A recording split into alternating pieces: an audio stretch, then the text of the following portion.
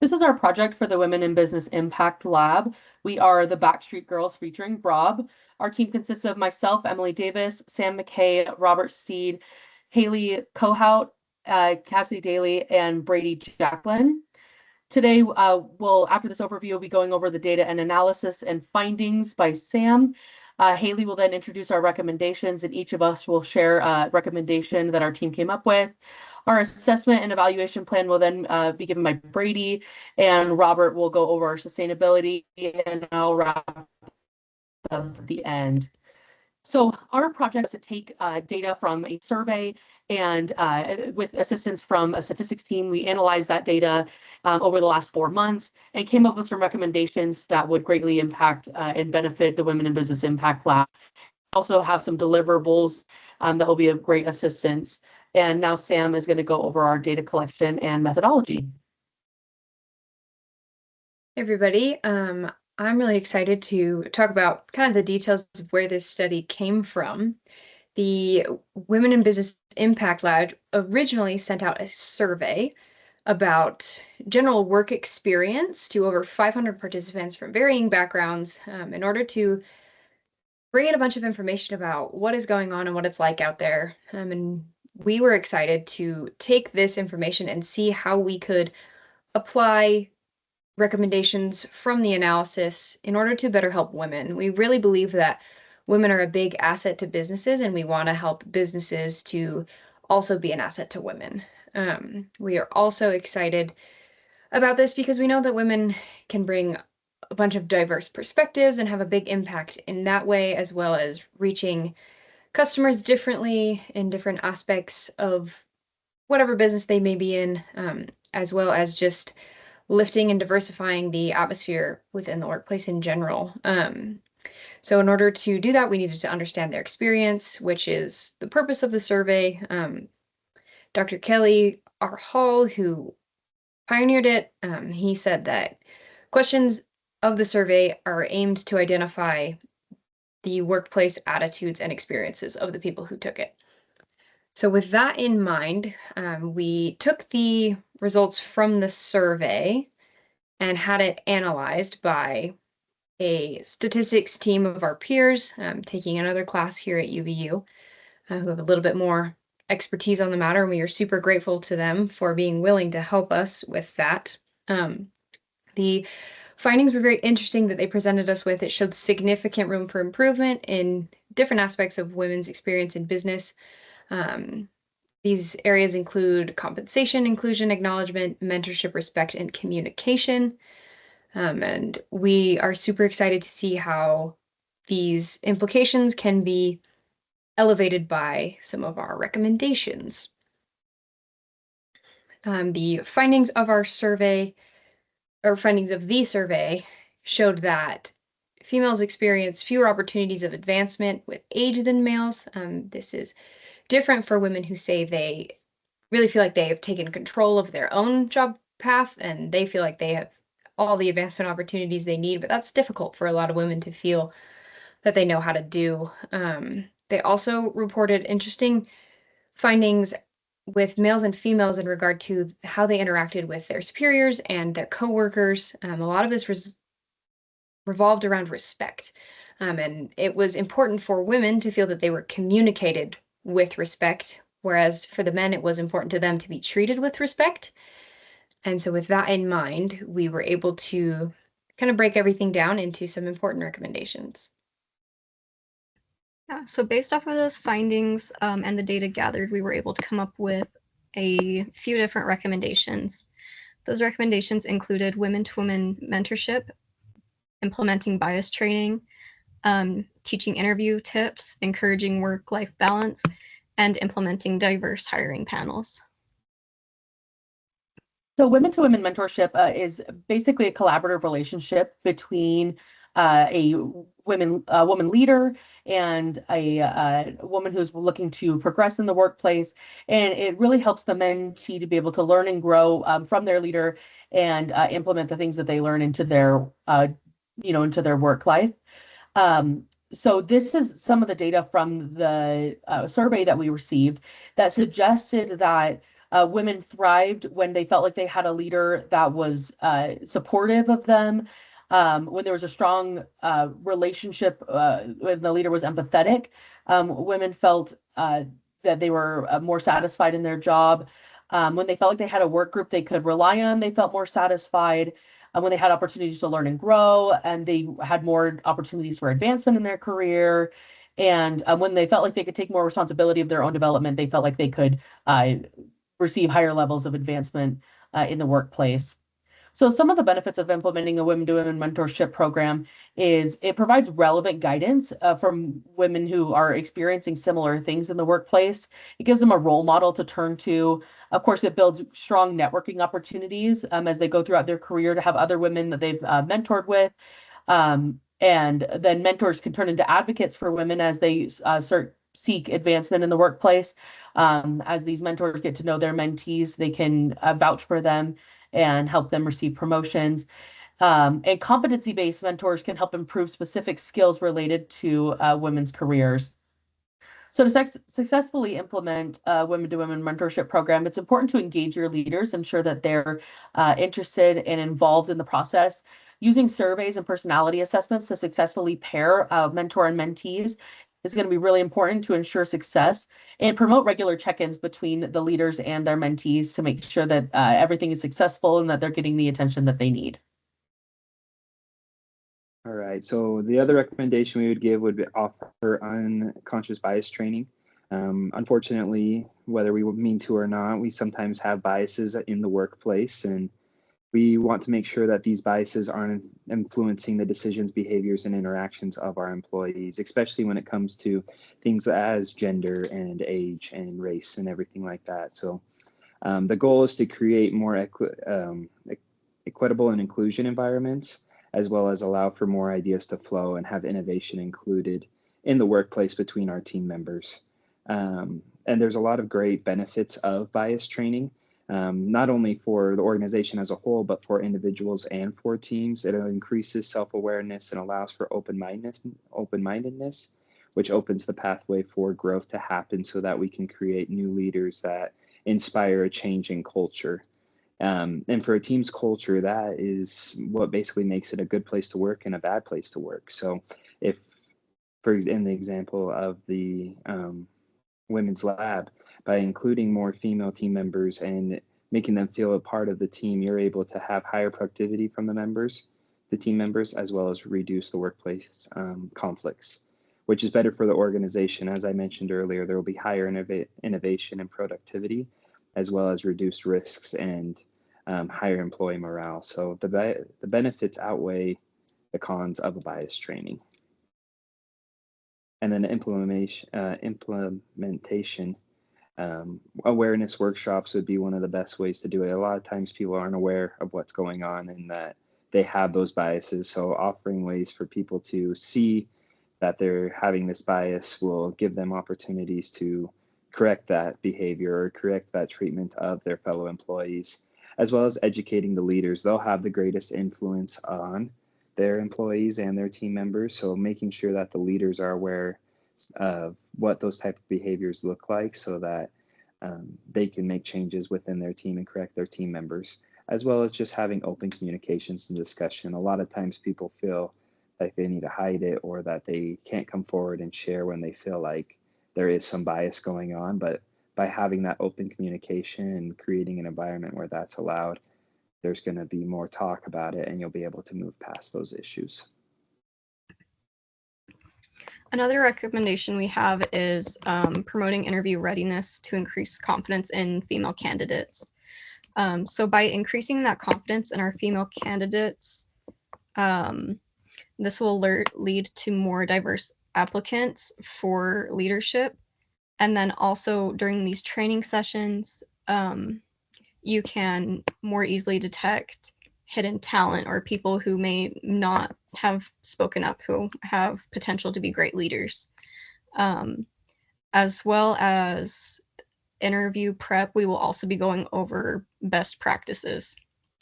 So how we're going to prepare them for interviews is teach them about the STAR method. This is typically the format that the candidate should be answering their behavioral interview questions with. So STAR stands for situation, task, action, result. And then after, they'll be taught how to tie it back. So the situation, yeah, and then we made a teaching aid to go with that. This is super helpful because it gives them a physical example to look at, and it also gives them an opportunity to study/practice. And then on top of that, our leaders who are facilitating the training can check their understanding.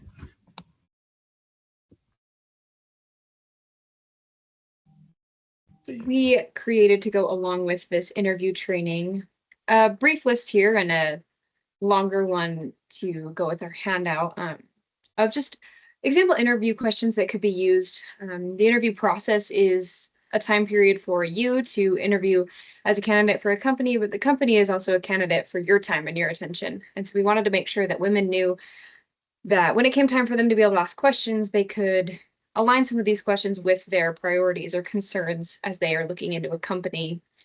Some examples, like it says on here, would be to describe the most common example of miscommunication between ranks and how is that handled, which could point them to our thoughts earlier on how respect and communication are handled, and also characteristics of employees that bring the team together, kind of know what atmosphere they're walking into, know if it's going to be a place of limited bias and inclusion and being able to really feel like they can speak up for themselves.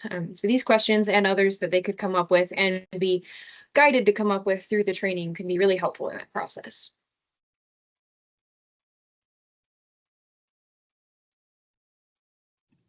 So one of the recommendations we also wanted to touch on was the work-life balance. And so some of the things we had to ask were, how do women feel about it? Kind of what affects their attitude towards it? And then, what does an unhealthy work-life balance and a healthy work-life balance look like, and how does that affect your place of business? So one things that became very abundantly clear were that women did feel like their work-life balance was out of order.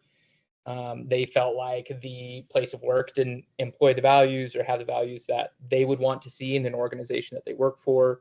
They didn't feel like their benefits packages, including PTO, really matched what they needed. And they kind of a very similar theme that we've seen through this whole presentation is just kind of a lack of understanding, communication, and respect for women.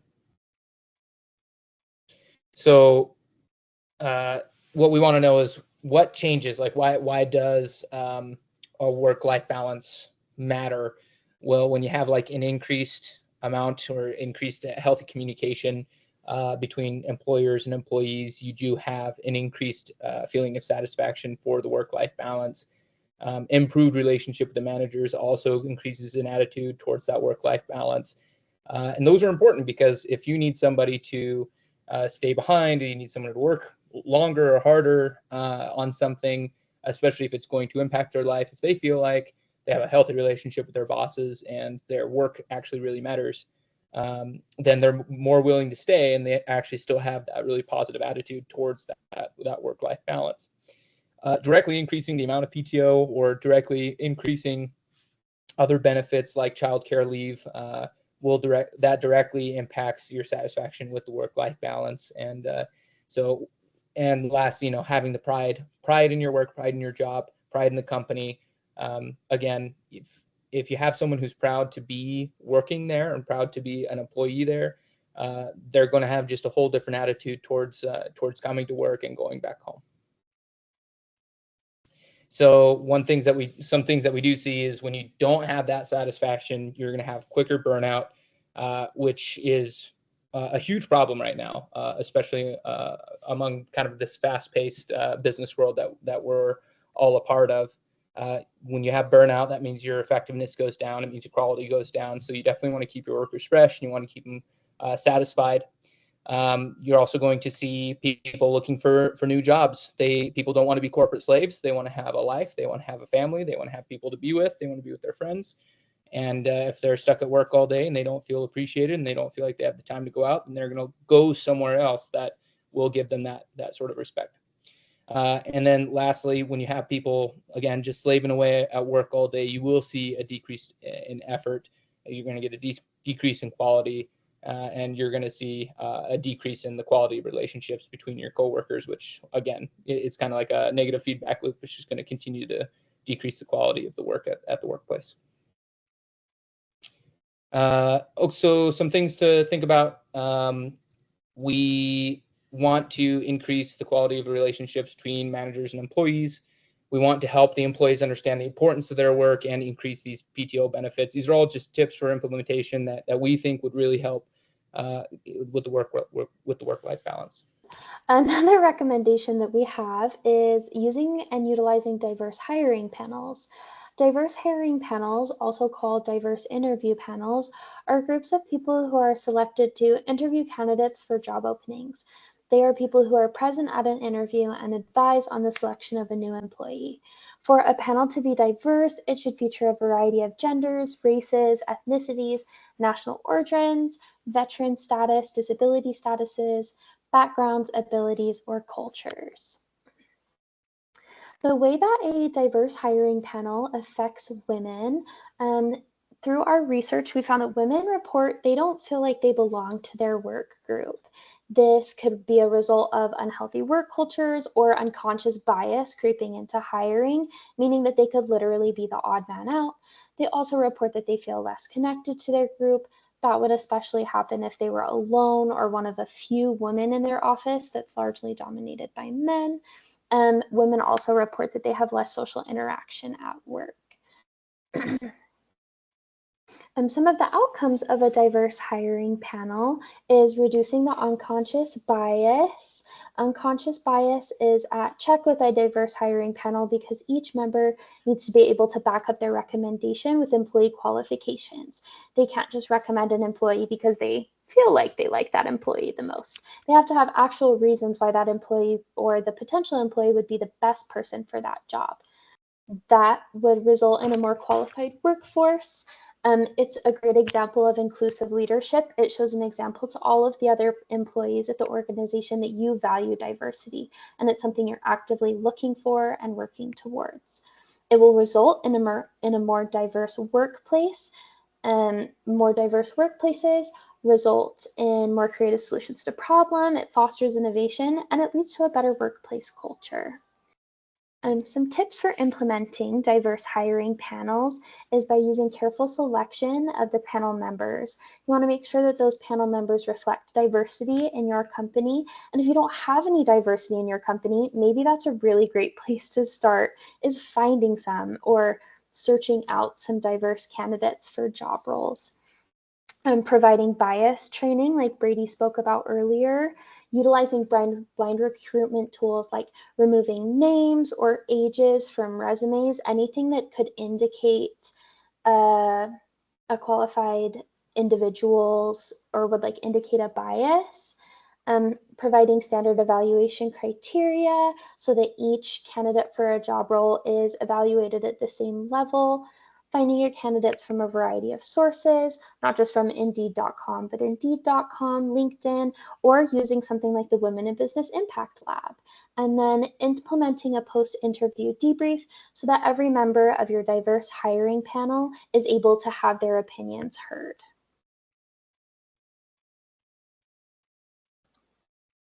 All of these recommendations come together to really hone in on what we were seeing could be improved for women in the workforce. And we were able to see through the application of our statistical analysis that implementing interview training, diverse hiring panels, women-to-women mentorship, and encouraging work-life balance really creates the opportunity for women to feel like they are more confident in the place they hold in their workplace, in their career, and in their life.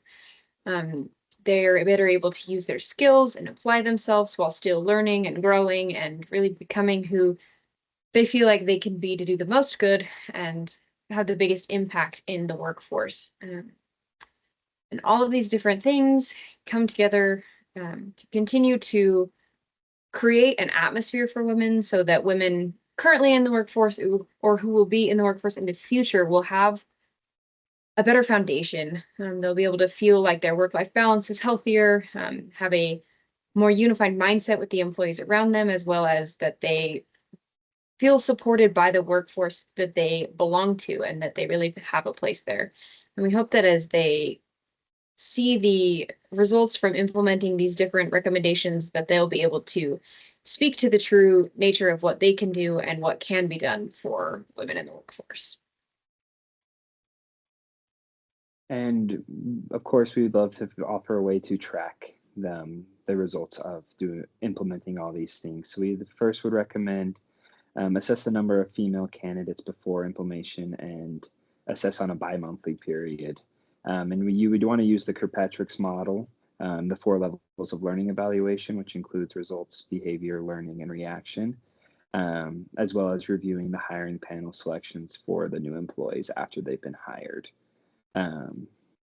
We would like to focus mostly, or have the focus be on the learning section of Kirkpatrick's model by offering a pre-test and then providing the training, and then offering a post-test so you can gauge the before and after of the training and see how effective it actually is, and compare these scores to ensure that improvement is actually occurring, because we want the trainings to offer results. We don't want to give a training that isn't effective or actually not changing anything that's important. So all of this is excellent. We really want all of this to happen. The important part is that whatever change we try to implement continues, and the only way to make sure that continues is to have some sort of sustainability plan, or some sort of sustainability, accountability, whatever you want it to be. Some programs or some things that we think that an organization can implement to ensure that these changes stick around and that they stay is you can assign a champion for a program. So make sure that women know that they can go to a person, there's an assigned person that they can go to, that they trust, they can talk to, that will advocate for them. Have things like trainings for managers on DEI or for initiatives for women.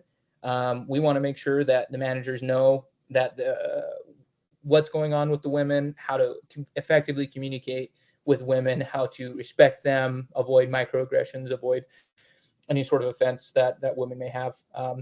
We also want women to make sure that they have any opportunity that they want to continue in their path on their journey to become leaders and innovators in any space that they happen to be a professional in. So offering any sort of optional coaching sessions, especially for tips on communication, interviewing, things like that will help. Different seminars for communication methods for other employees will definitely help avoid any sort of microaggressions and find ways to affirm women in the workplace.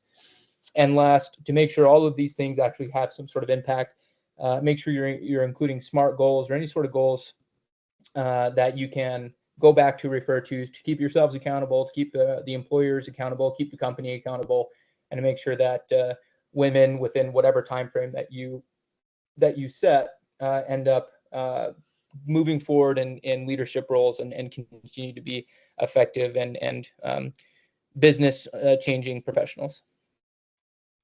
We just want to take a moment to express our gratitude for the opportunity to do this project. Our goal is to help women advance in the workforce, and we hope that these recommendations are helpful to help the organization and to help women to reach their goals. Thank you so much for your time.